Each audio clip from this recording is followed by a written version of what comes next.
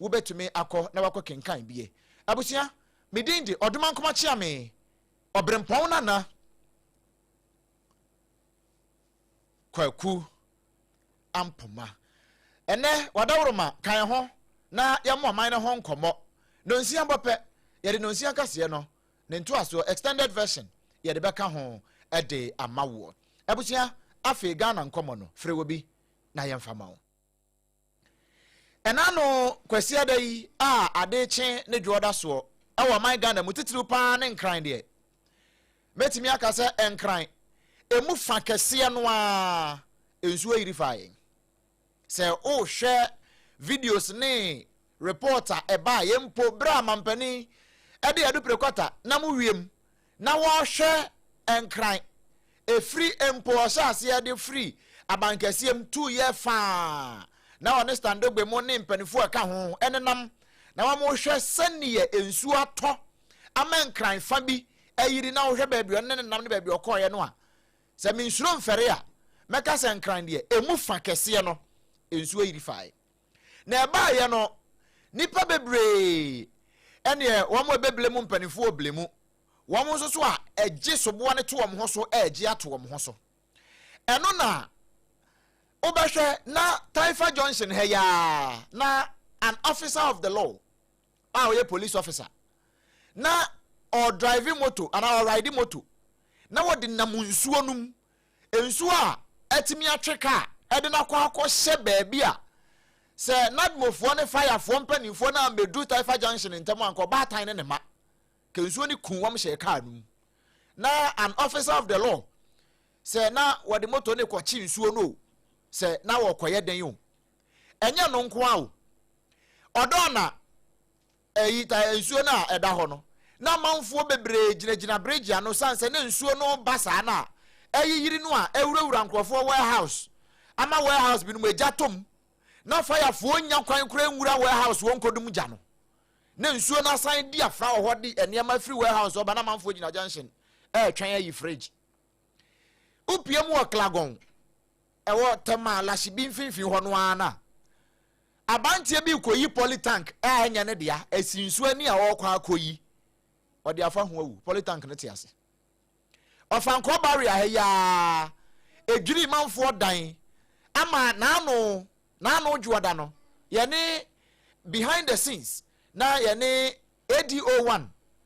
afo a ono kra na ene ne ba bedi nkomoyi ye ne bon komama ne men no ne officers ni bi ba ofanko barrier ba bi on frɛ wo se 7 days wa ama efie bi a ensuo ni bu efie ni wo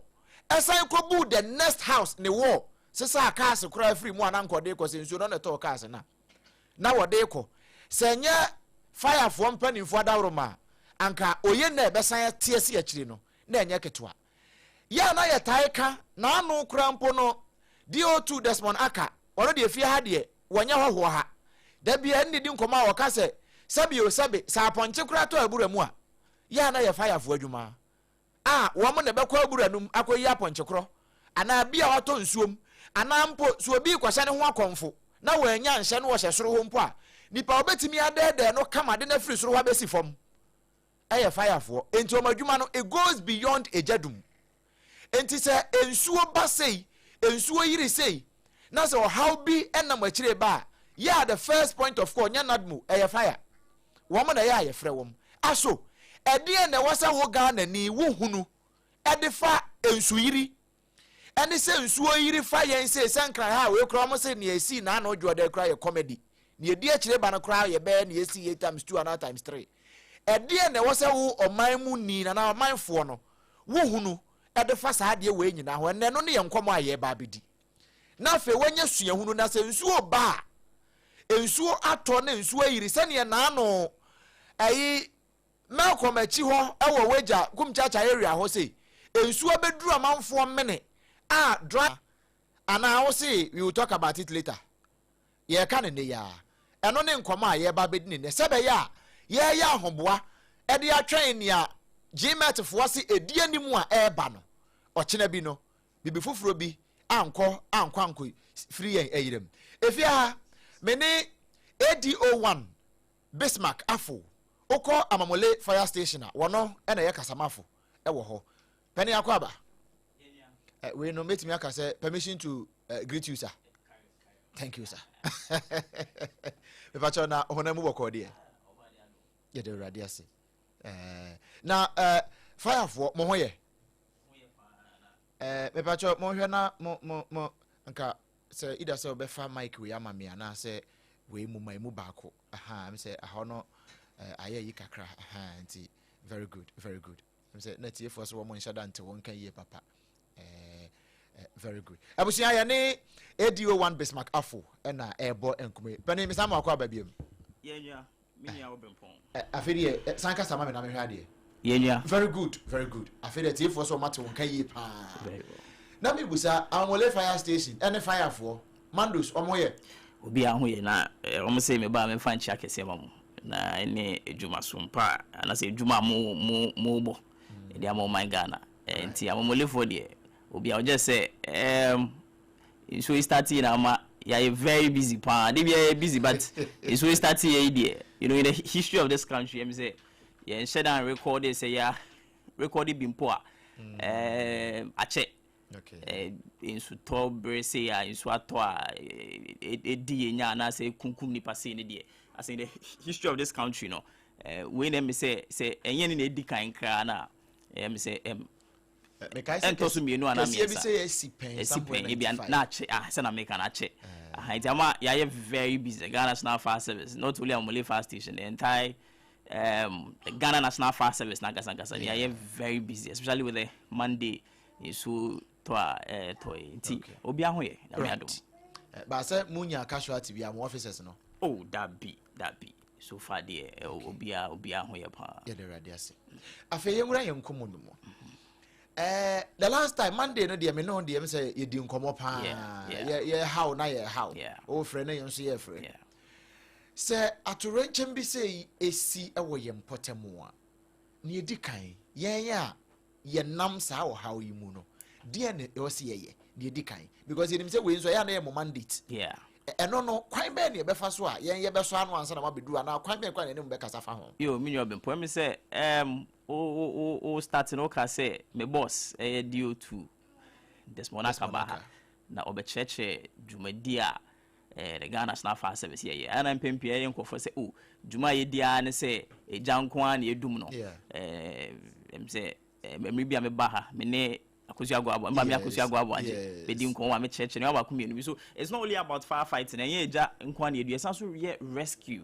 say enye meba nsuo ne so but then say sana me kan ye frɛ BBRTC road traffic collision and I say RTA road traffic accident and RTE road traffic extrication okay ni nyina ne say ya kwan so yi say accident si wo so na say nipa hyemu a omunya aboafo a na so munya obi antimi na so mu ankasa so mu ntimi kampo mpia the Ghana National Fire Service said they say you ba betwitwa cars you ba extricate and say be cut part of the vehicle to bring the people out so aside the fire fighting no and also another thing I say so here so na me boss so kan say even say aboampoto well mu a ebura mu a and so ye fire service so ye dwuma say ye say yetimi yi fire service na kasa de ade bia ye nkwa bia no ye dwuma ade bia nkwa wo mu bia ne say yetimi bo ho ban it aside and so no say ba no flood say yes so ba ne ye be rescue say na wa ka say Monday na me ne mu di phone so nkomo saa no when say afi nsuo no it has exposed the country I exposed Ghana pa ye na nioma ba ku mienu bi say ye nyina ya me mpese be ka say ye twen aban okay ye ka say ye twen aban aban so me say ono nko ntimi ye nyina enti etwa say me ne wo mienu so ye yen so yen afemu de na se yanye ya femu de a afese say ye be san so aba obrempon wasa aba betina ha aka the same thing because enra wo say enra chi na me yonku bi ode video bi che me wo ne phone so a eye nkram nketwa menu wo say alogboshi achibota alogboshi wi ya wo say so ne form a o mewu na ema media re ho bebre na bisa me wo say enkosi sen asoman okay enkosi sen obrempon hwe sankrofo ye o mo sesa ye bola efie say de bia ye bodero same ye nto bola ngu gata mu yes ye be sanyo mani na sanyo mani nyoma ensese Ghana for ye na say nkrofo ya ayo mo ba ye fie de tricycles yi e be sesa ye baller ye bisa ye ho aso man say ehwe fa no mo de sam baller no kogu ana. What if say anajo we say anajo sometimes drive late in the night you see these people say omo chi omo tricycle no omo tibika jegu kwan mu say omo kan as omo ade na say Sunday ma we nyina it is last time you be say it is sa baller na nkofo be so omo de kwan how many landfill sites na ye wo Accra ha no man nkofo be sesa ye baller ye nyina ye bisa sansem ne it obempon say ya ma ye ni anko ne oma ba ko mienu bi ho a ye be sa so akwa aba be si ha sa na me kan ne sa akwa kosi say yen hwe say senka if there will be a system meba the say yen fa say flood in aba no more say no enche I will come the back briefly no yen ko ye chikaka say we should as a nation we should have a system. Okay. A system say ye fa yen nyankofo a omo betima monitor ball and as a rubbish ayeye because in so eto ye ade ba ko am hu wo mu ane plastics pa it is a nwan kwase etimi monitor sankofo yi say from our factories sa de buy a market see o de yanko yen farms for example sankai if Ghana we have a system say system we na ye wo say ye wo nkrofo anase ye wo an institution a omo monitor yen farms say yen farms ni ye neat enioma ye de free ye farms no e de ba yen dwa so no ye neat omo toto ntwene enioma ase no omo toto ntwene basabasa ye monitor wo ho wie na se sa enioma ya na se aduane itimi free yen farms na it comes straight to your market at Yababeto. So we should have sanitation officers also there. Almost so be say market, Mokola market, you uncle for honom sabola, you call Kanishi market, you uncle from sabola, domi market, or ye tre high, or see a wonk for some sabola. Na Sanko for it me monitor Sanyama way in area. Nanka, asanso say ye ko yen jemu eko di eja e de ba ye fear. And your man ababedu ye fear no. SSS institution and assess enkofo no mo say sanitation officers no mo say it provide bins and the money and it's a de bia mekasa bo zoom lion din no because as na some 10 years ago no that's when no mudi sa adwuma ne pa it is senka ye was sankofo still in the system say omo amayen bin say we yen fa solid waste into ha we yen ni say ya e be mo say ye timi monitor yen ball ano from the farms de be si yen fie na say yanya ne sa na say ye hwe say enioma na ba bedu yen dwa so efri yen dwa ne so aba bedu yen fie yen monitor yen bola efri yen fie na what do we do ye the command boys here omo de sa abobo ye sisa say omo besa ko jegu gatemu ama inso yiri na afese se besa so aba na mom if you have a system say efri yen fie mo we have bins there zoom lion for and say any other institution betima say adwuma no if I fire and say, it is just the mandate of Zoom Lion for pay. So I'm be fire ballers. I'm be fire baller in some they call recycling sites. I'm back recycle and some more landfill site. Say yes, sir. We've monitored from the farm, right, to say we would recycle waste. And yes, sir, you bring the same issue. You better now buying. Ya bebe bode rami en tubo langu yen gata mu yes be sa ne mani nyina am yen si dan si nsuo so ye be yen nyina na mum se yan monitor sa ne ma ba ku mienu ya obrempon afesese ye be sa so aba sa ba be si ha aka ne sa right we ye afutuo kase pa na pani no de amayen no nti ba bia wo tie yen firi ba bia wo hwe yen firi nyina no fa we tu kotodwem na hu ne se waye no ayeye no na ye wa no waye no sa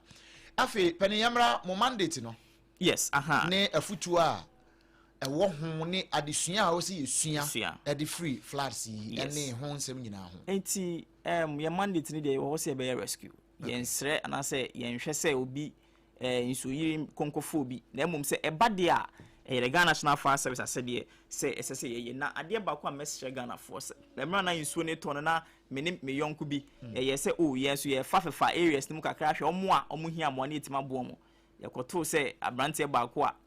okita shovel a opia inso e ball ade egu inso mu ye kokan he nearly attacked us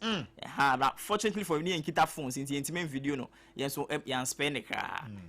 inti no ye best share say insuo ye nam insuo ma ye ko ye hu say kofo bebre nam insuo nim enkola mpanifo ne nam insuo na me bisa say ba bia mo fe mo nim say gata wo ho ana gata ni ho say na ye hu video say one of one of our security men, police officer, okita ni moto ana ode farm say Taifa, very dangerous and very risky. The Ghana National Fire Service, ye tufu say in suoto na say kwan ni mu ejiria. Ye be say okita shampoo kita campo a entwin fam fan suonim. Because unnim baby a gata wo. Unnim say bia kwan ni mu po baby etutu ana say kwan baby ebie ebeti mama ona akwakọ she me prawa you don't even know. What if said there's even a sharp object me cry wo nsuo ni mu a ebeti me a prawa you might not know. So we don't advise anybody na ye nim say nsuo ye hwe san nsuo ye to ye ya current na eba no na nya asem keto apokra. It's a best the Ghana National Fire Service advisor and I say yes advice ye de ma amanfo they say nsuo to a ye hye ye ndem. Say insuo ye hwe se currents na no ye de insuo ne ba bebra am ye mfa insuo nim na ye nso a ye te flood prone areas make flood prone areas a ye hwe ye ya im oh me dem area ha de say insuo to a etai yiri it is a area ha insuo to na say etai yiri dia and ye besre say wote say insuo ne pete na say insuo ne tope nioma ade wo say wo ya ne say so betima fa woni ebusu afa nioma ba ko mienu bia be hia na wo de akope baby e wo soro kakra e bia be free area akope baby a hwa wo ha de ye pepo so kakra nsuo no nhye de njiri wo ho sa no de bon wankasa wo enkwa ho ban na afen so naked wire sometimes nsuo to a informative fa kakra ema cables to be to we should treat all of these cables say it has power in them. Ejawum. Okay. We say who are you? We dey be na da ho da bi. Ati kra de na ehwi kra nim. Sa. Atene treating the say eno so ya de a eja ewo mu a na say power wo mu ebetimi ashoke wo say na Ghana for beka ebetimi de oyuni kese pa aba. Na afi so yen gates a ye wo no yen hwe say ye betimi atete yen gates ni mu. Na anya every this inner roads and I say feeder roads ma ba be gu yen third roads na ye gates mu but atete ni nyina mu na nso na nya kwan etimi eflu obempo we ni enwa ba ku mienu miensa bi a ye be stre Ghana fo se omo madwen koso pan ye ema yen na ankofa asem foforo bi a amba emra nso a start say e bai right o kan asem bi na ho na etwetwe maso kakra se eja nsuo ba na ya yenhye dem edan mu nso na nsuo ebu wo wura dem ho yenya no so yenya dem. Said the funny thing is enye baby a in Monday nsuo na to ye wo areas bi honom ye flood prone areas home crown flooded da now so enam say yen nkrofo bi akosi dan esi nsuo kwan ni ntimi akasa me area ebi wo ho enwa me hu say Ghana Assembly normally police for bar around on be demolish some of the buildings. Se wo hwe na se wo honom ye flood prone area na se insuo ne start se eto wo hono enye flood prone na wo hwe abonti hwe se insuo yi de wa enam me fie ye nimu yi anhwe de asembe ba me advice on so betima ko ba wo hwe na se because me ho baby am metime me wo ehro kakra me wo people so kakra itimi ho de insuo ni nyina besenko itimi say no enye ade a insuo ne to na enye se bia me ye officer na me pia me hwe se me nkrofo mo me mante mu aton a ho beton mo a enka I would have to be inside. Iti se wo ho no e wo soro na se wo ho no nya ba bia you be affected so much by the rain. We advise that you be inside because who pia kwa abontin I don't know what you go and face. What if say who pia kwa abontin na wall cry e ben we bia na ye very weak. See back time say sometime last month me wo Tesano area was it Tesano yes Tesano Aveno side honoma building be collapse ya egu nipa so nipa bebre say nipa me sakrati me hwere omonkwa so we advise say obewo dem because okwa abontin nim dia obetimi akwakohia right say me hu say ade na eba atrape me e wo dem ana me fie ho dia na menye the first na be say utimi e frɛ from moi that's the first thing I will say we say wo hwe na say you've been surrounded by insuno na unya kwanya. That's the first thing I also so we for the Ghana National Fire. That's why we advise people say ubenya the number of the nearest fire station. Say ye frey 112 na call your national headquarters. As they dispatch the nearest fire station. Inti hu be hia pa say what amasama ne input mu a ubenya amasama phone number. Say what amomole what Israel large your manjo sa side na ubenya amomole phone number. Say na say wo hwe na say uhia mo apa yi a wait my friend na yetimi aba womwa na mefa maka ne se mefa your numbers no mefa your number ba kuntudwa se na etifo eso betima atro na so betima abo ato phone 0302 277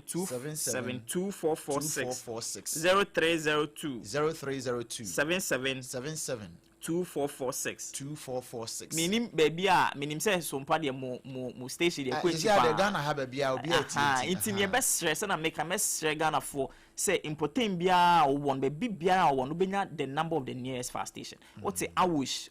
so am say honom iflade e pa oti awush oti ablekuma obenya anyafo omo number say na say wo hwe na say wo hia mo quickly you can call them on betim about mo right abusia number na obobo so no say fatu so ma me da say 0302 772446 0302 772446 we ye amamole fire station omo number no but today in case owo madina kra na si kra na se bia number yi watchura to ho unni madina fo ne ebia sa adenta area ho no unni omo number kra na ofre we mpo no a ebia they will be of help o betimi aboa wa connect you to ma ebia bebia owo within sa fire station na emme wo no ama omo enso atimi akomo ana abempom say number na me mind ye national ene be call ye national we be call national amamole phone number dey 029 170 2170 me pacha dey nyabotre na bobo na omo ntro nia e bobo sesi ya no 0302 772 446 no 0302 772 446 ene ye ekasiye mu ho ba bia desmond akam wo no ofra e be kwa kasiye mu pa afi amolefo de no bobo ma 029 170 2 170 029 170 2 170 yes we amamole fire station and number eno no mame kan we fan twem de nti aya na se ye ba amamole for ye ba ye ntai en fire number ni ntudwa ne se ye nya appliance ans ye nya fire engine ansan ye but then we dey insu yiri na ewo amamole ne important mu de yetimi ko itimi ko ye amanfo ne moa fantastic abusia ote ye we no nye fire enye se bia fire tender nkasa de say muni fire tender sisi akasa de ni o ka fire engine amanfo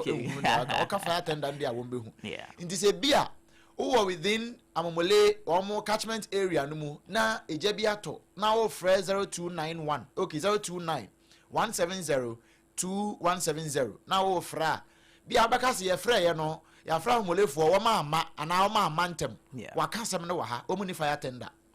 nti no kra no esan ya eno so ya nada nkomo for another day no so ye besan ya wuram na emom ensu yiri brei mu na no joda no nsu no yiri ye no a yiri fa ngofo no ye no mo a ja ye ni mo numbers no ye frɛ wo mo bi ye frɛ bi from amolefo na bi frɛ adentafo na bi frɛ bi frɛ ye frɛ ya frɛ headquarters na ubusa desmonaka obeka kire wo ubusa Aleski Nati obeka kire me personally I was also calling them because ebi ho a ehunu say we no de in area ho ana we ni area ho sana na ye no kakra sa na emom eno de na say wo frɛ fire station bia ebenwa officers na ho no ebetimi aba omwa na emom bi ho a na ba bia wo frɛ no woman ni fire tender you wouldn't know amolefo ne yenze woman ni fire tender nti pacho se ja to na ohia amolefo a woman fra amolefo no di kan frɛ 0302 772 446 o frɛ no a ana say woman short code no kra say 112 amanfo nim on say auto mobile phone so say no a emergency numbers e wo so no mobile phone no ya anya ne Ghana handy Ghana emergency numbers ni bi ni so but se me ne wo a odi we obi bia wi a na wa twra to so na wa save 112 save no fire service so dey say ye fire another ye fire baby a wo bia no ofra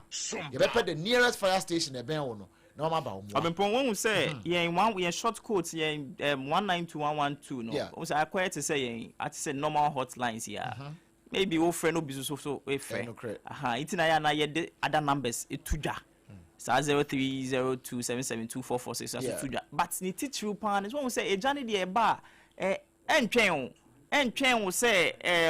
wo no anasa mamulefo imfri efa ne say eje bia to manjo na wa frɛ 192 eja ntwen Say jato ufi under 5 minutes, you be a obi abeti machine. Intina you be a boat de say ubenya the nearest fire station. Maybe I want ubenya omo number. Send us enya buyer, Janina buyer quickly you can just call them, no meet me ababeya umwa. Right. By 112-192 need yes, ubeti my friends, but no the Yamagana Frontier says no fry call your national headquarters. As one son of me say, oh na him fana e Janewo. Ultimately, I'm say okay, and the my dispatch the nearest fire station. Okay. It's already assignment and I say homework I the Magana for. Say so to bring me be in moment so be share the nearest fire station I ben no obinya no number na wait me save you ne phone so. Say na say bi ba ochina wait my friend na omo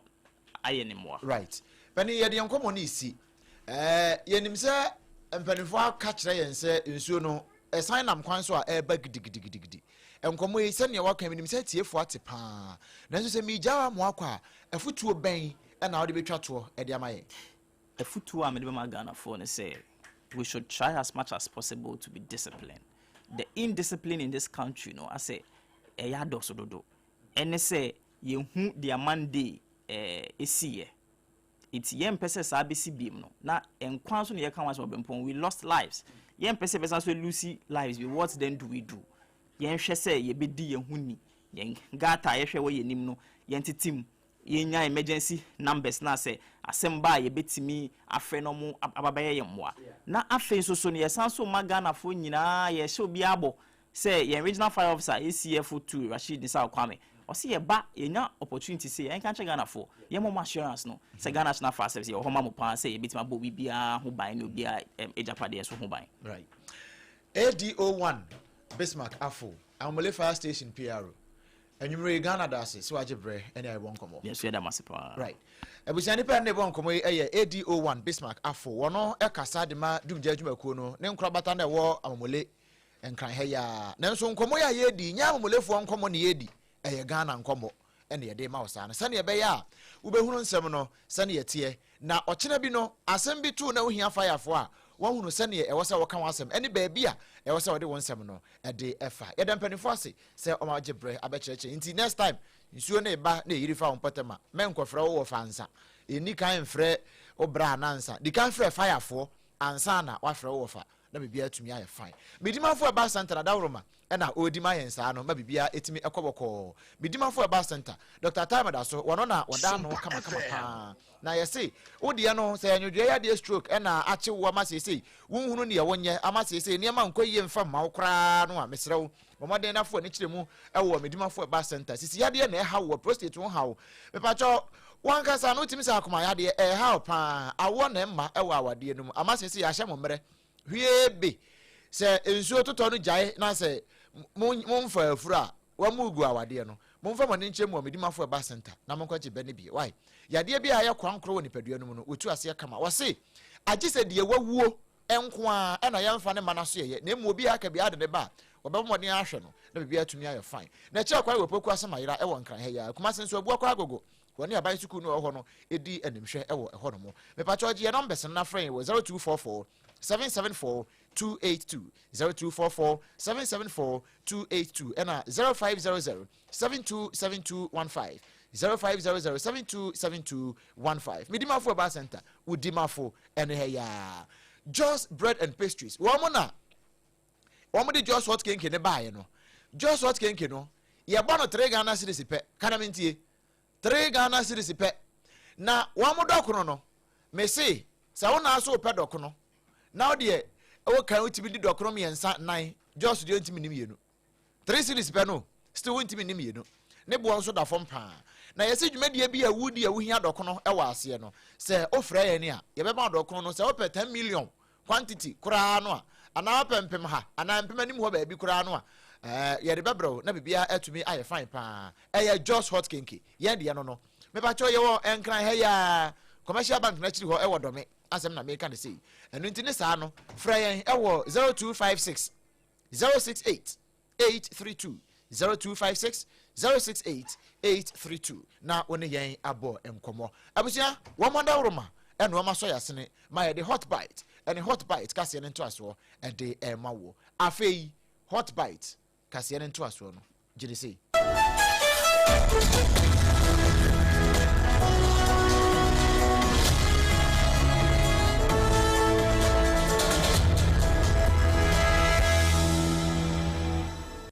yankre free South Africa mamuba and it's a Ghana near etuo kan no ewo South Africa Cape Town afa ho tamenu su ho mekire nyanga eye abamu a wadi mfinshi aduasa kwabna boagen eni din a yedi nim no na wo mo de akwakoto wiase nyina pa nemu ngoma no so Facebook eni din a wo manya ewo mpotem ho aja wo mo de atoso chese joada no na sawere hosemisi bosumi nsiane da na etoso adunu nkron na sadie bi kasa na Ghana ni no wo mo abonituo no ne ho ade no eho posifo aba be yi nsem bi no ano chese enye jasentanom a ase wo mo ate wo ho agu monten so no de ne kokofa we bai ne ebusa asa na ye de ne de bai a wo mo se extortion ne yese for the way extortion no sabi o ho ana na eji obi ho ade ana se ba ne sen ene ba asa ne so police sadoma wo mo otitu ne emergency medical service personnel no wo no ma chese owura boagen bra sa asem ni si ya be se no miensa bo apam sema na duanan enum awia kete etuo no ekasa wieye no wo no mokoye na wati nananom wonse do na wonun chese wodi ni djuma pa na se sa afa ho na wo ye na djuma na wo ba bia wo koti nananom wonse du no saloon wo ho na afi ba bia san so kra empaboa na wo mu ekura tuo no bi na jama na ono wo mu twitwiri so nti sade nkra ne chese wo mu hu ye na sa afo no wo mo gya no hokọ ya na mum na da ho na wo da mo gyem na nso ni nyina no wo no ma kire mu kire se we ya wo mo kan sabi wo mo hyeda nya obi a pa chi nso ede na nso wo mo launch investigation pa ehwehwe mu se sabi so ebinom aya abonefo wo mo hyeda pese wo mo di bone ede hye de ekosoyi wo mo South Africa mampani ne ekoso nyina no won kasa ntia yo wo kire se wo ye kire ana atimamfo kire wo mo adwene wo biribi a wo mo ntia se ho no ye wo mo right na kire se wasade nti wo mutimi yo na nso ni nyina no Ghana Ministry of Foreign Affairs Ekuja to Abrokam wo no mo nso se sie wo mo na South Africa fo no kasa se saade na ekoso no wo mo ne mpanimfo no ebedi nkomoye se ye xenophobic attack no ya ekoso ewo kailista no ene na afa no na akofa we nyina aba esanse asase na nya sa na tie efiri se e be fa ya de hye bae na still ja center no munya de wo mo ya wo mugusu ama na esi nanso enya de Ghana nso ye be kan ya no atum ewo sa we hu se tie bia ye be do mosuko akwakosi ase afeye foye ni enchiremu ewo etifi atoye mantamo wonum kropon wemu police for ya wonum wonso abadwuma so emaye kasei etuo eni tuo boba bese de wo ho ena wonum atimi abo wo homoden age ede afri nipa bonfo bi nchen na wo kire se eya anoma bi ebebo hwrema edigu wonum osum sene nansen wonum atimi asraga na fo se wonso monso ni nipa se abonefo sema hodo ya edintre ha ewo my Ghana muniti true ene epom ho no wo betimi atoase enko ade age se my Ghana nso yetimi eboa wonom na ensem bi wo ho anase niema bi wo ho na ekoso saa etuo ne akade bi etimi di ewo no se wo hu bibi saa no obete ho na wo de acha police fo no chese we bi ena chese wonom nya ye no muso di ntitentete ebusia wo kyerese commercial car bi ena na ede etuo we sei enam na wo kyerese wan potem wo no wan fa kwantempon so sene ya kyerese na kan wo se wo bia won fa kwantempon mu no obefa ebia entokua mu anase mpoma anase dan ya chi no wo ya kronfo no sa pepepe ena esiye efichi kwa bia no eda wa empom ho no eho ena wo kyerese wo de sa etuo ene ne ho abobadodo ye no ebebro se 50,000 ena kyerese wono so wo de ko fa ho na wo kyerese bra wono ma kyehyen no ena wono ebisa bisa wono nsem esiye ewo na no dwoada jumbo so meda na toso aduonu nkunu ya na wo kyerese box no anasa adaka na makomako ahenu ena na cartridge CB no na kyerese egumu na wo ma fa nwu ani o wo mu de hyehye niema se sebeya empo no apolisifoɔ ehu a wɔnom entimi en suspect wɔn se bia bibisa ɛhyehyɛ ase no wɔkyerɛ sɛ nipa ima baako ya apolisifoɔ kyerɛ sɛ wɔkye no ebi ɛyɛ Alhassan Isaku ninu ebi a wɔka ho ɛde Idrisu Masud ɛna afei Alhaji Isaku wɔnom miensa ɛna abɔnefo sɛm yi wɔdi mu entintima yɛka sɛ deɛ wɔnom ɛtwe polisifoɔ akachim ya wɔde hwehwɛ mu ya esi ase fikɔfikɔ ɛhyehyɛ so na bresem no wɔtimi ɛde wɔnom akɔ gyina mu ɛwɔ asɛmdibia sɛnea amamra ne seɛ no ɛne wɔnom aka akyere so polisifoɔ yɛ wɔn pɔtam hɔ asrɛ Ghana man sɛ sɛnea yɛsi yɛ no yɛnkɔ so na yɛntimi mu wɔnom sɛ bɛyɛ adwumadie yɛ yɛde ahyɛ wɔn nsa enkwa ne ajapadeɛ ho bambɔ no wɔbɛtimi abɔ na awie yɛ nyinaa yɛ wei ɛyɛ nsɛm kakra ɛnɛ efiri atifi atɔyɛ mantɛmo polisifoɔ akakye ɛba yɛde bi asomo yɛtoa kaseɛ no so ɛwɔ enwumasua emu ɔsoafo ɔhwɛ enwumasua nsɛm so wɔ man Ghana mu ɛyɛ onimnyamfo Haruna Idrisu ɛnɛ ɛwɔ mmarahyɛbadwa fie wɔn kɔ asetena no ɛna wɔkyerɛ sɛ nansan yɛpɔso atichafoɔ no na yɛde wɔn kɔ kuro nkuma no mu a titiri paa ne nkraseɛ no yɛara wɔn mpɛ ɛhɔ kɔkoraa nanso wɔkyerɛ sɛ aban wɔ hɔ yi wɔwɔ plans paa wɔn hyehyɛ kɛseɛ paa ɛde ɛma ɛyɛ atichafoɔ a wɔn ɛkɔ ɛyɛ nkraseɛ no mu ɛno nti wɔka de akyerɛ sɛ Ghana Education Service wɔn ne Ministry of Education ɛna aka bɔ mu a wɔn de wei ɛde ba sɛ ne yɛbɛyɛ a wɔn a atichafoɔ agya wɔn bɛgye ɛpiniɛ sɛ Tyler mo akɔ gu aseɛ hɔ baabi a wɔn ɛyɛ adwuma hɔ na wɔn ayi wɔn yam nyinaa saa wɔn hwene so wɔn bɛboa ma Ghana nkɔdaa etimi enya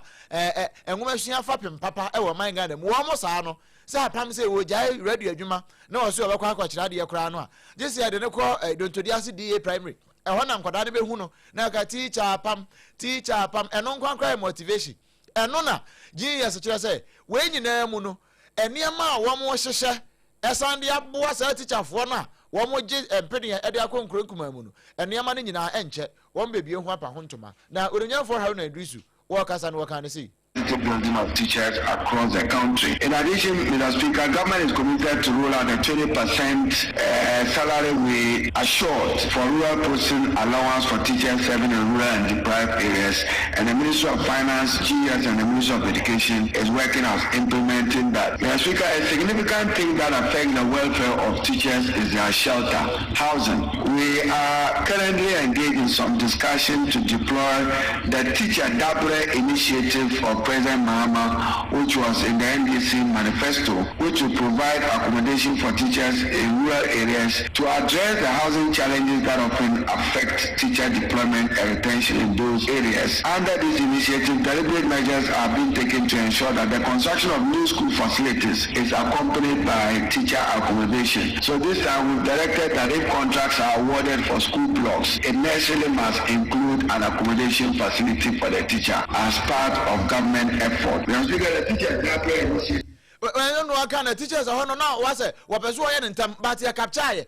and walk say yes suku dan simple a 3-unit classroom block crown yesia and when I say the teachers for a teacher for no one baby on beda I say the kahon sending anya no a 3-unit classroom block and I see na teacher for no one banglo bears a bakwana mi nupe crampo eka e betimi aboapa when you ayan hyehyɛ a aban edi gu akwanu na wo wie kra no and was ande kakra eka ho no say afei special incentive pa ya wo mo de gu akwanu e dem teacher for no ebro katia ho nwi. Speaker, the Ministry of Education, in collaboration with the Ghana Education Service, is implementing a number of targeted strategies to improve the welfare, motivation, and retention of teachers across the country, particularly those posted to rural and underserved areas. Teacher welfare is positioned as a national priority to strengthen their motivation, dignity, and retention, and for long-term education outcome gains. As part of government efforts to attract, motivate, and retain teachers in deprived and underserved communities, special incentives have been put in place for teachers who accept posting to such areas. Mr. Speaker, I'm happy to note that one of these incentives is a reduction in the number of years required to qualify for study leave. Originally, it was 3 years if you were in a deprived area. We have reduced it now to 2 years. So any person who accepts posting to a rural deprived area after 2 years of service can apply for study leave with pay. We also are engaged in continuous education and capacity building of teachers.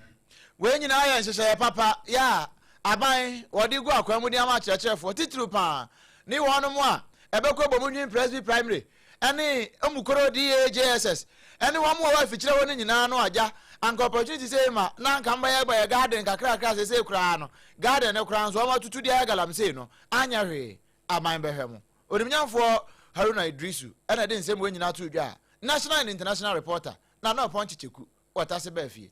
ene na chese eyanwoma suemu a ehwa na yeda so gina na yekọ Sremantifi na afa ho Bogatanga nso a de free wa ba ne se Bogatanga Technical University ono vice chancellor no wo mo governing council se ya suspend no esan se ne dwumadie bi a wodie no emwa suapon no na ene se wo mo suspend ni nyina no wo mo nso dwumadie a wo mo die no ana chairman Edema Parliament Education Committee no Peter Notu Kote wa boss no wo che sa council no kura no mpanimfo ngu no no wo mo nte foforo na eno achi so kura sa vice chancellor na yese ya suspend no wo mo ma wonye na dwuma esan se sesi council ne chairman na eye bibia akte na so wo didi kura editra ne hye na sede yewura Notu Kote wo de sansemi eto pono so wono aso na yemra se badwane de ma de hye a wono mo akache tifi ne nsemni. The council chair had written to the vice chancellor dismissing him from office, and I think, or I feel strongly, that that is against the rules and the statutes of the technical universities. Then again, he has gone ahead, that is the council chair, to suspend some officers of the university, including lecturers and the procurement officer. So that is against the rules regarding the running of activities in the technical universities. So what I observed is that the council chair has taken over the day-to-day administration of the university. So my position is that the President of the Republic, His Excellency John Dramani Mahama, should dissolve the governing council of the Bolga Technical University and appoint a new council. And also GTech. And some na what I say. Chairman Edema Parliament Education Committee no yewura Notu Kote wa bo bonensam so a se CA wo kan kire GTech ne mpanimfo no a wo mo ka bi ebam se wo mo mfa Bogatanga Technical University vice chancellor na wo mo governing council se ya suspend no wo nsamra na dwuma bio na fe governing council we no yengu no na mpanimfo nte foforo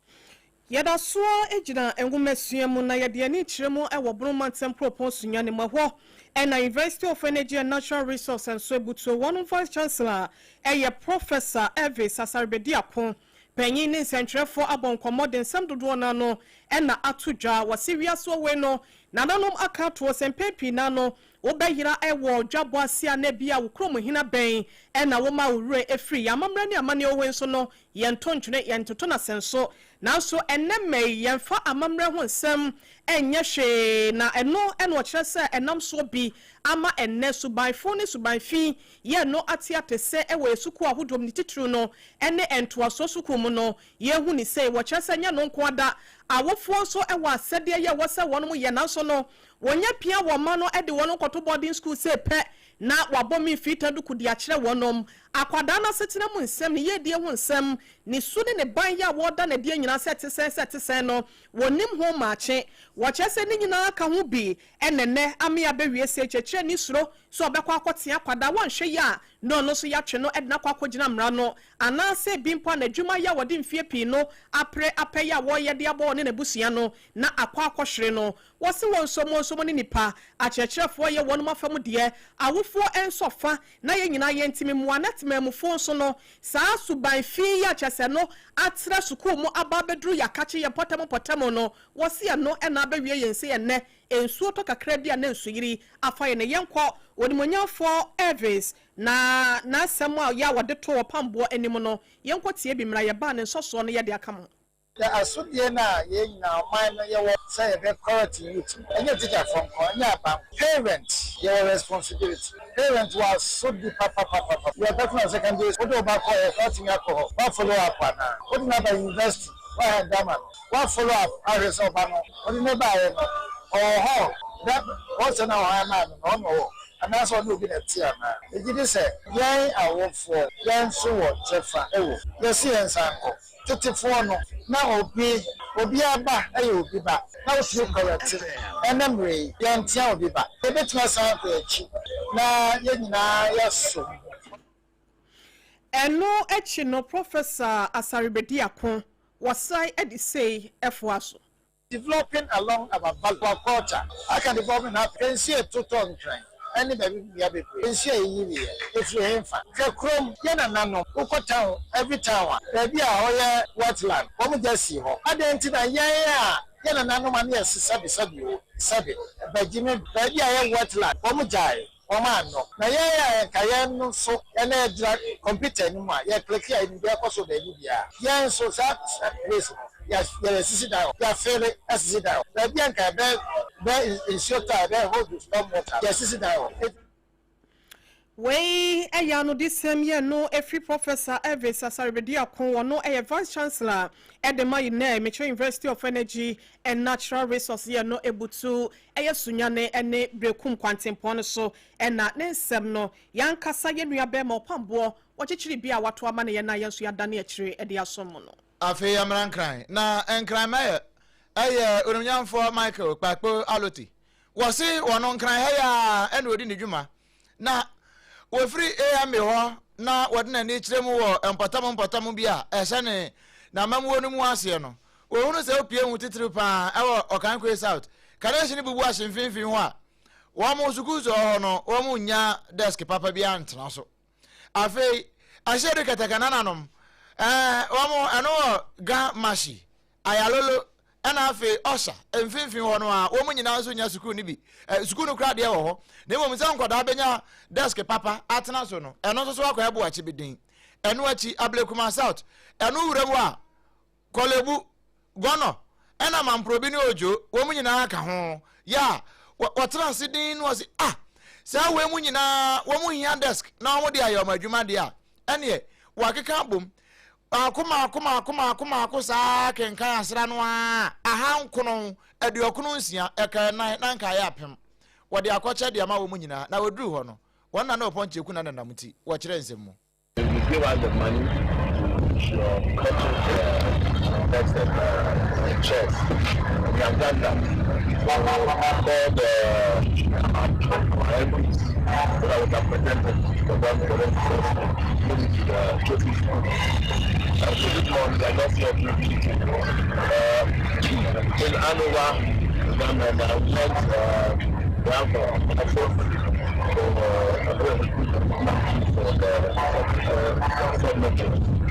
and I only want to say one thing. I don't believe in too much to give you the mandate, kind of work. So I hope and pray that whatever we are doing here today. We unimnyamfo Michael Kpakpo Aloti wonna ye mayor anamrado ya oda enkrampuni mantam no Accra Metropolitan Assembly wada no na wonko no nye wono nkwana na nam na one mrahye bojani ye owo ododio mrahye abato mpesua no so Alfred ni Kote Ashi na one na nam wono so kire se mayor we kura de senka MP fu adwuma me da asipru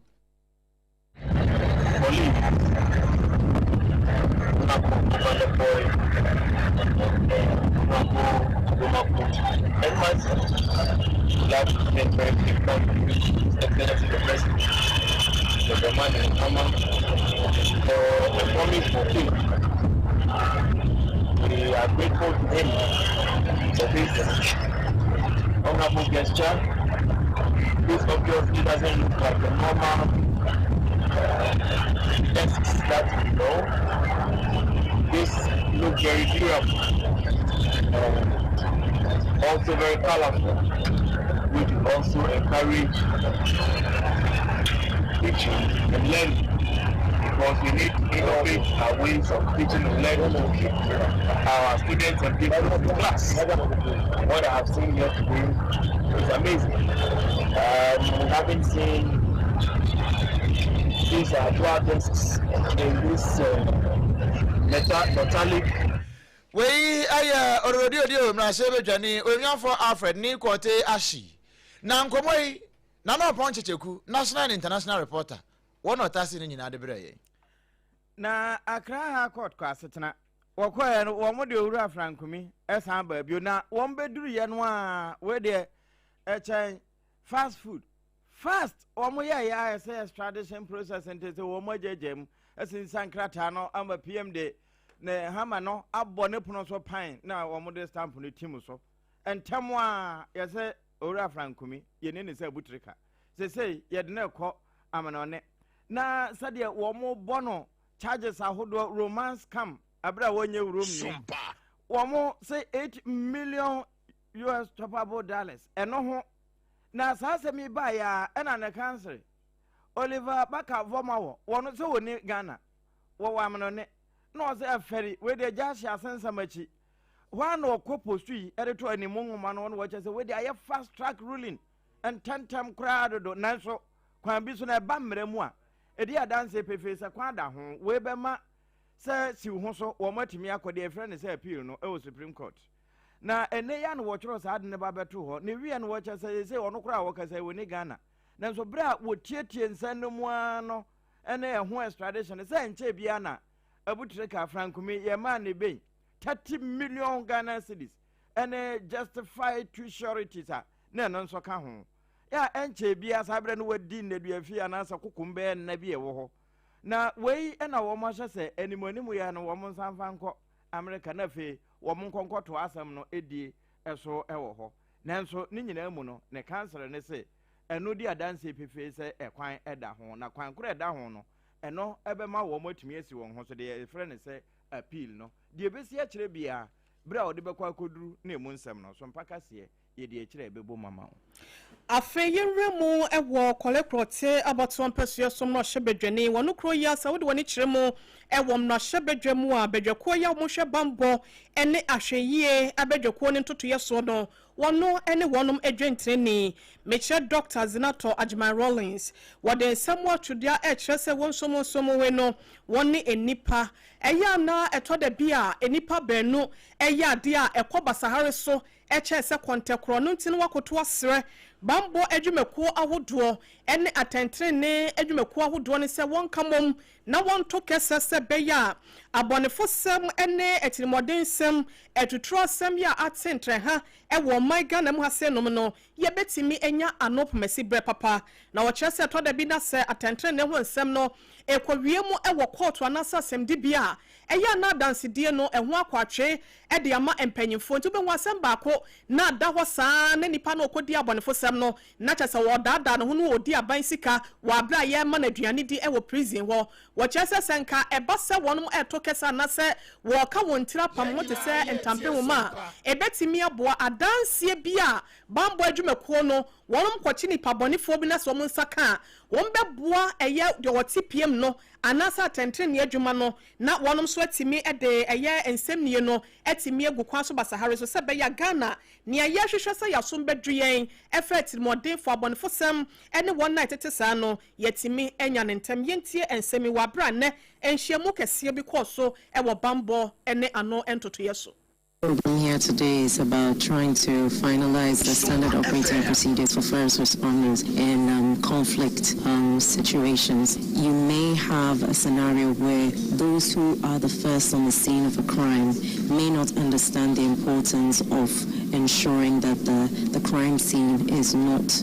disrupted, and also may not understand how to collect evidence in such a way that the integrity of the evidence is protected. When cases are brought before the court, because there's been proper chain of custody, as a result of that, the hope is that we will have a better prosecution rate and that the judges will not deem evidence inadmissible. Ebusia we say eye atemu ne bambo ho entotoye ehia mudie ya ene ekoso ewon krampomponi mantama senom ene dwemtreni edema Parliament Security and Intelligence Committee no Dr. Zinato Ajman Rollins wojina simpie ni apasoja kasemu a wode etuja ano aya mena se bedwam de na ofiri ho na ado ne kiremu ewa ahia ya ahia nkwada ema ene omonko so ye die ho nsam ene sane ye bo nyina ho ban no a wo makache no ene ya wo mo wa ene wo mte ago ene wo mo je so ame wo monko hwa na ye obani e friend say aweda Robert Kochani na one of the regional representative at the office of the United Nations High Commissioner for Human Rights Ghana Ucharo Shotwa aya outre West Africa there no one da no and I would do delegation anim and one mo call say mo kwa pay courtesy call e dey ma hye no na mo call ye no na Mama Agnes na mo lati no ati na ti san say we na no nso ye yiri ye bebre nyina na ma ne nkwada aka ho nti say okwa hwe na ja wakwa okyeche wo mo were enti Penia wano ena Director General General Administration Directorate hono your friend Ebreza Chawi ana Shawi wano na eje wo mfa so and was just maba makwabo ahade ya so yeboko mona no so enya ne bone so na emom wo mu kurakura no kakra na nam se ya no motefa ha se mba be se ne ahye no emutie ne se ne emunipa nyina hote na wono abonkomo na wo ma hwe wo mo hawo o mama ne ne wa benedi a wo mu die na nam sa ayo so agya wo mo ko mu nchi na se wo mo ko hwe wo mo ne mu nyina ya hwe ane wasu ni nyina mu no wo ma timi aboa na wo no apɛ ene ma papa wo betimi de abrɛ wo na bibia atumi ayebɔkɔ eno anu wo ne ko ya wo mo ko die eno na Ebereza Shawe wo mo de anu wo mo kasa no se yi na ni aso na sa wo hwe aso ye no ene se ne Office of the United Nations High Commissioner for Human Rights. Archerfo. Woman no enya archery. Archer. Woman no mo to kase edia no baba ye eboa mo ma se wo mo aso mo asene ma se wo mo nsa nyina twahia ma wo bi chi wo mo kra won timi nchi wo mo a wo mo ani so pa enna nam so ma yewra Kochani ede to gya no wa kire se we kra de eye ketu bi na ye koye ni mo no ni a on besa ye ede ama asye no kra de ebura ka etia ho nwi eno nti nam so e ma asye no so ye se ni e waso mu ye bia pam wo ntoma e ma ne kobo archerfo wo mo entoma ano no wo be ni nyina ka ma se super glue kra no be ka wo mo de be ka na wo mo enkita ho de ni ayonkofa no etimi akoboko na sankra to yi na no ponche che kwa da woroma en wo mo kwa asetene ni nyina no wo mo bomode aka wo mo nsem nyina da kire no a wo no so ada ne akire kama ensensan so e de abre yen no sompa Enyumere no nsiabre mo kase ebode efiri no num mpa mo efre no hot bite no eno ne yegu so a ye bite no hot e de amawo na ye kwa asantema mu na medu wuram wo afija kwabre na afo ba bi efro se kwabre heman wo hina wo ho na apa wiafe ababi o sa wansan na na de na kosama to disi enim na nsa na no wo fre ba bedu wono a ba bi ampuntu abo wo mape Yusu frɛ no na fa sompa kase so na muaye ba ɛhɔ na wɔde fa no wɔ se sɛdeɛ na de hye bi wo wɔkenkan na anu ya nso na ebusa sɛ yare bɛn ɔsɛ yare kwanhyia enti yehia speed ramp bumping ɛwɔ yɛ mpotem asɛ de bɛn na adrafo no duru hɔ a wɔn bɛto wɔn bo enti saa ahwɛ a mikroma wɔnom bɛsane nsɛm ni Omo afimi nkwano eni nipa omo wo road use nkwano is about 7 aye cars ya kwatwa nyen cars akesi miama ye speed ramps atoto so still our speed ramps na nam za manya ni kesi ntino omu wo kwa do nkomika ne kesi mesre senka be speed ramps ni bi mama never science sisi ho nanka enti bikana eku nipa no so cause ye nipa na ya ade ye be bela ma nipa nyina ewudi a ya de gen de gugu man no mesre o ubetini aye video abia chire media me ma na ha mekura na masam ma 27 wa say na bi enti na so ko gira wa hwe ya de toilet asem tu men enti na toilet asem kura na wo nyoma sa na yo from ya ti ase toilet mpo ma ko be ya se train na me dia sa ase amma aban performance ni anye na aban performance no betini aye bibia e toilet asem no ma yo ase on say Udi adie yi bai ma ebe mo ngene plantiano ho let ma ya ma ma mu ye so a mo nko na mo ko ni nchen azamle ma na se de won ko fa be ya aban na ebe ye bie se na mo nko kra what you say papa ira apa wiafe ababio san wansan wono na ye kwabre hema hene ne nsemi wode to ba abedu anim na woto edemane SOMPA kase ewo yewren monyafo kwablamenta akando no ena yasofo ya wono etua ya pomoden aso ya na no wasan eyem no hyebedwani de ma adehye ya omo sehwedwabo so aboton pasua so yewra yakasa ewo enede wa bra na eye free primary care no wotimi ekobie ebia no ewo sehwebodi se beya tememufo ya wo hono so no wapomden ho nsem enso ebetimi edimu ye ede ama wonom ebra na wokasa wodwumedie na se no ensem dodo na ena wode etudwa wo kyerese eye aban no akomaso de kese se wobehwe na watimi aboabo manfo no ama wompomden ene wonkwa ahosa ho nsem no etimi edimu ye ede ama wonom na wompomden ho nsem no egina ye na CPC ta eno ene betimi aboamo abo adwumaden ama aban no so no etimi age eye eto de afri won ho na de sefata se wode ye ede chichire won man no e won puntuo kwan so de ma wonom no watimi aye ne saa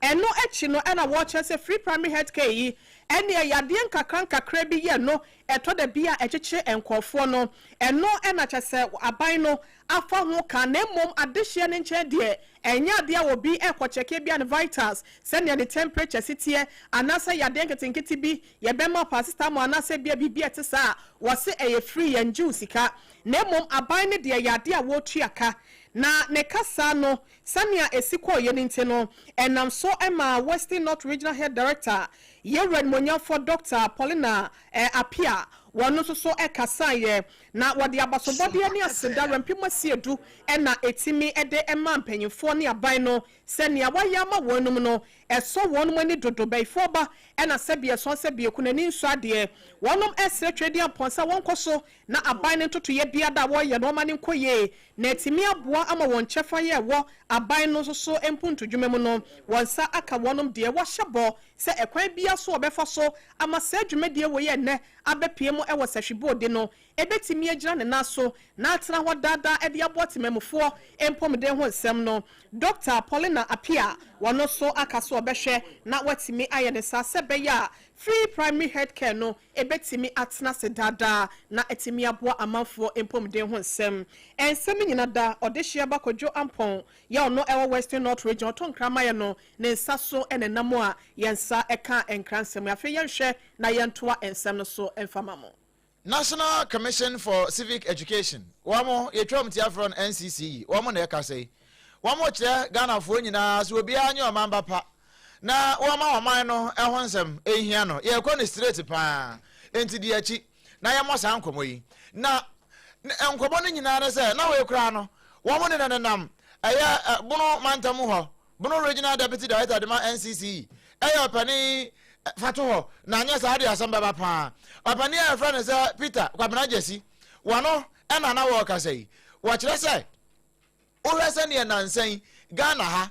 emabunu tutu niamagu rough o ba hwe na ba bia ye to ball agu ena no pese video bia na ye hwe no Ghana today so kwabena ne nsuo ba no en wonam nsuo no hwibaro aya wo kwa Philippotos zanu wo ko hwe bola e de agu gatem ena na ni wo hancho wono de obia wonimzu obia hu no ba se na nyame wa hu no sansa mpane se wubu okoto na me na kwase no na nyankopon na wo hwe oba bi eno nti ya che no asesi a oda social media no so na no na wo kan wo kire se ensuo ya etoto ekuma manfo e won kran hai ene Ghana mia odo ni nyina e human error mama mfa nkwose nyame nyankopon wonye hwe nyame nya ebone bia ene se eye nipa ena ba bia ensesi wo si dan sie okosi dan ne di si ye eye nipa ena wo tu galamse ana wa ma kwan ma wo mu ko tu galamse e ma ne kura wa mo ka wa mo nse dan ka ho asem o try ni nyina ye ne a enipa nsa no wa mo ye na nso se wa mo anye no mo anye ni yi a na e de ha kase pa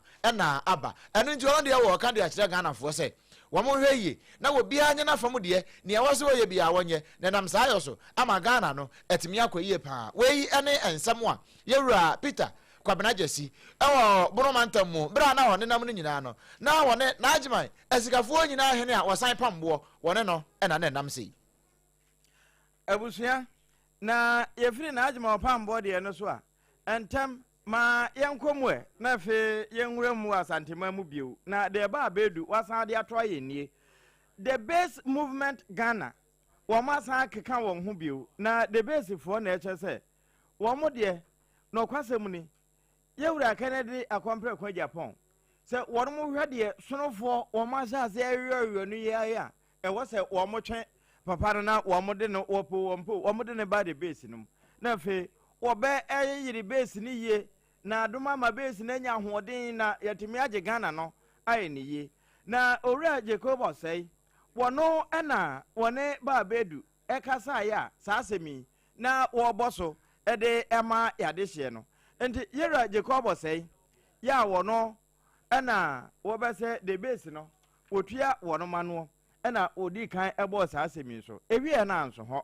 malamisa ɛnso de bi kan ho ɛna wɔkyɛ sɛ nɔkwasɛm ni ebinom kura akeka sɛ nyame de kyɛn a ɛda kyena 3 July yɛ holiday na akɔ akɔhyɛ no wɔn mo yɛ health work kyɛnkyerɛnkyɛ bi wɔ asantema mu Kumase nanso nɔkora bi anim enti ma obiara mfa n'adwene ɛnkeka deɛ wɔn mo kan anasɛ ma wɔntie wɔn na ɛnya deɛ a ɛyɛ nɔkora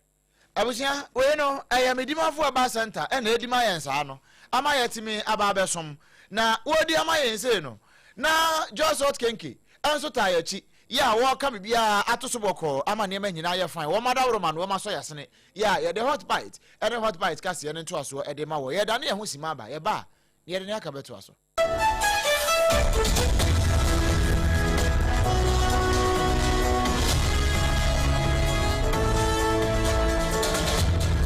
Homeopathic clinic. Ghana had the obedient say a prostate. Na baby omutibi screening ema huni ye etu asia. Na a endpoint homeopathic clinic. Anase a kidney, a liver problem. Wofa baby and ajuju. Na the friend the premature ejaculation no a. Be maybe a woni wodofo akwakwisia. Asa wo di ne ho agro. Asa wo tonte. Ene ye bra endpoint homeopathic clinic. Na ye moa. Ema ne mema mo pa wo. Eye endpoint homeopathic clinic. Wo mo dem fua. Yare bia infections bi na wo ho. Anase bia wo hwe wofa baby na ajuju. Kidney problem, prostate dear, a endpoint homeopathic clinic. Kuma say, Ubehu endpoint homeopathic clinic. I will Konoma boy here. Emma Accra Hansu dear, Omujiamu Ankasa. I was painted the friend share signboard. No, who do now Busasa Whoop endpoint homeopathic clinic. Obia Ebetro. For endpoint, I was 0244 867068 and 0274234 endpoint homeopathic clinic. Wamudamufua.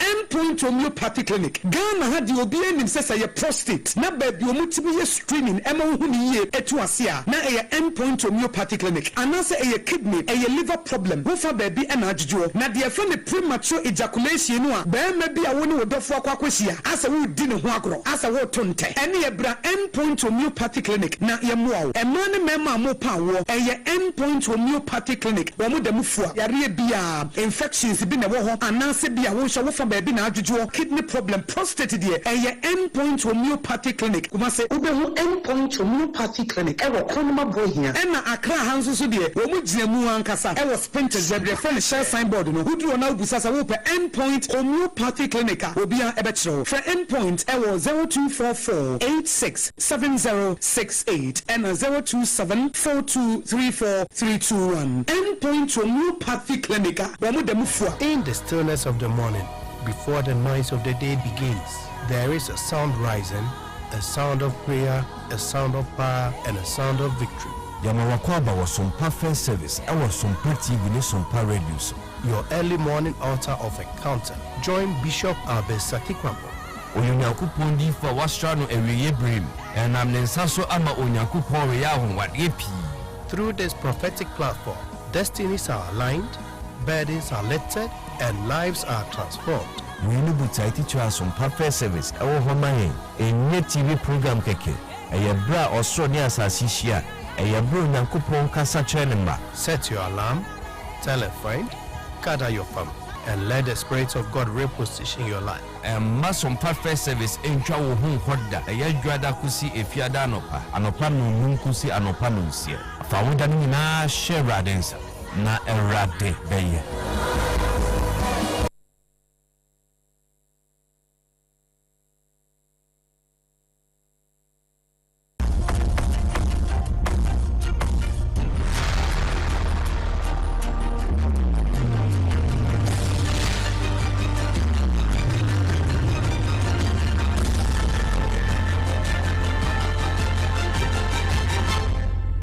TV Emma Akitiapa. ɛyɛ no kwasɛm ɛma akatuapa afi ewie nsɛm no koraa na we ewie no yɛ de bɔɔl bɔ ɛna ewie sabre ya yɛ kasa yɛ amamienu wɔmani abre den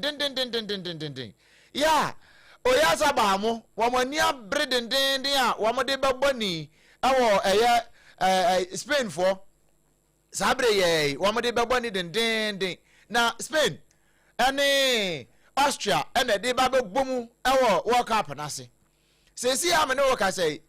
ɛyɛ round of 32 no nia adekye Ghana bɛbɔ bie no ɛno awo na Spain for no ɛne Austria for nyina wɔn line up naba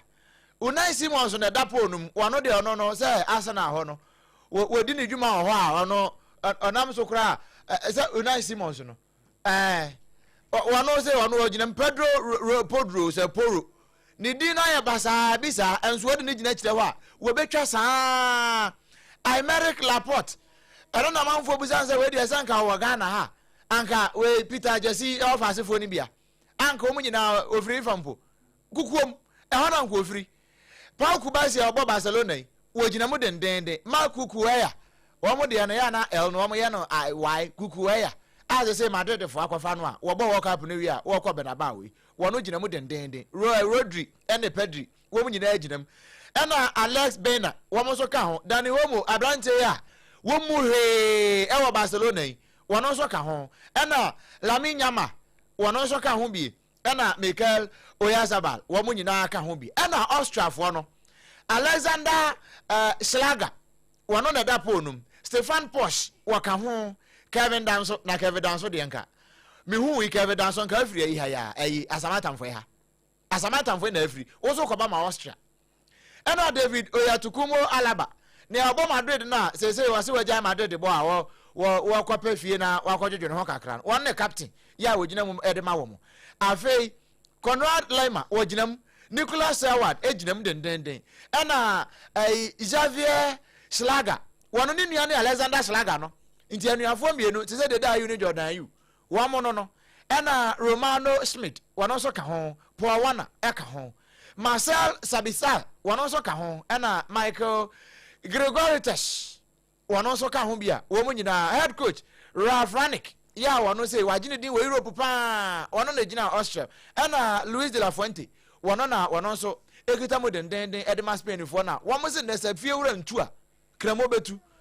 sani Austria fo na sa wo no se Spain fo o ma fo ma foforo ewo ewi ase wo be yi wo mo de afri World Cup we mu no enas wo be yi wo se wo mu nyi wo no nonso ya yeso di na sa fo kantanka ne kwaten mo tena se no de live commentary de abrawo we so na ye gina na yede kase no ne nyina asie medima for ba center dawroma eno odima ayembra just what kenken so eso yasene ma yede brewo na ye kan upie mu sesi na se wo nkran ha SOMPA 106.5 nkran de no na ogusu awotie no enye nchen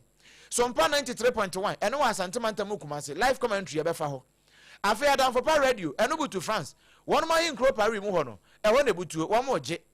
SOMPA 101.1 e watakwa SOMPA 103.3 watakrade SOMPA 106.1 eno watachi man SOMPA 98.9 wana commentary ni free ba eno nti madedesta mo ene wo mo aka ne nyina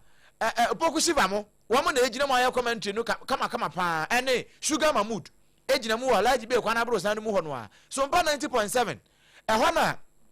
Papa Tos mo ene kwa unity wo mo gina wo mo to nkra no nyina de afiri ho de aba ena afi SOMPA 101.3 eno wodoma na doma FM 100.7 enso agi kase no a obia etie bie udru Kanesia Ban Radio so wo ma fa kase no topete ena Kingdom 106.1 FM wo man kase mu a wono so afa bie Facebook no SOMPA Accra 106.5 live SOMPA Accra 106.5 live and our YouTube near SOMPA FM live www.sompaonline.com so and semi do na agu ho a wo betime akọ na wakọ kenkan bie enuanom a yaje bre ede kase bre wo na St Augustine Adawroma ono edifo kan bo mu na afei Abrante friends kwaten wo mu nyina boaye ma etimi de ya no begu nsem nyina ho asaw de ma wo no memedin wodoma nkoma chiame OBREMPONG-NANA kwaku ampoma ye ne agya no triple A man APAM ana afi Ohine yire mame ekua yeboa esia mabronya yadamu nyina mo ase sori so dwumedie nkaye no eba mo akwan no eye commentary nti ya no wanya so na watie bi na World Cup no sane ensem sikọ no watimi ehunu nyina